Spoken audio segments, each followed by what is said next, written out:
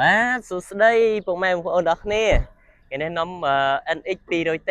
016 Sport ជូនពុកម៉ែបងប្អូនអរគ្នាទស្សនាបាទហើយតម្លៃគឺល្អមែនតើគឺតម្លៃមហាពិសេសព្រោះដោយសារតែតម្លៃហ្នឹងល្អដោយសារតែឡានហ្នឹងគឺខ្ញុំយកមកផ្ទាល់ខ្លួនឯងបាទតបទម្លាក់កង់ទៅណាចាំពុកម៉ែបងប្អូនដែលថាមានតម្រូវការគឺត្រូវហ្មងតម្លៃគឺ special ជូនពុកម៉ែបងប្អូនអរគ្នាសំខាន់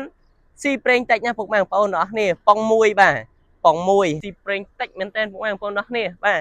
មកទស្សនាឡានមកជុំពុកម៉ែបងប្អូនអរគ្នាមកប្លុកកលៀតអីខ្ញុំរៀបចំរួចរាល់អស់ហើយពុកម៉ែបងប្អូនគឺស្អាតមែនតើបាទគឺគ្មានកន្លែងទាស់ទេហើយហាប់ណែនណាពុកម៉ែបងប្អូនអើយអានេះជិះមកគឺ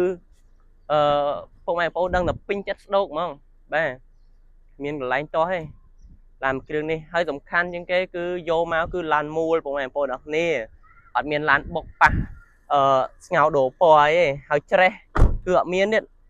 អត់មានច្រេះទេពុកម៉ែបងប្អូនអរគ្នាបាតក្រោមជើងក្រោមអីយើងរៀបចំ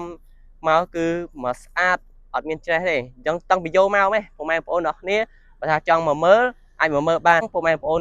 ទិញពីខ្ញុំទៅគឺទិញទាំងទំនុកចិត្តបាទមិនមែនយើងចេះតែយកឡានមកមិនស្គាល់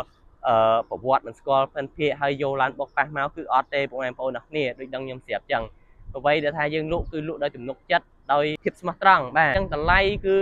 ល្អជូនពុកម៉ែបងប្អូនអរគ្នាមែនទែនបាទអញ្ចឹងពុកម៉ែបងប្អូនអរគ្នាចង់បានឡាននេះ NX 016 S Sport បាទក្នុងខ្មៅកុំភ្លេចតាក់ទងមកខ្ញុំបាទ081 86 9389និងខ្សែទៀតខ្សែខា085 708 704នឹងពុកម៉ែបងប្អូនអាចចុញ Telegram ខ្ញុំបានបាទអូខេអរគុណពុកម៉ែបងប្អូនអរគ្នា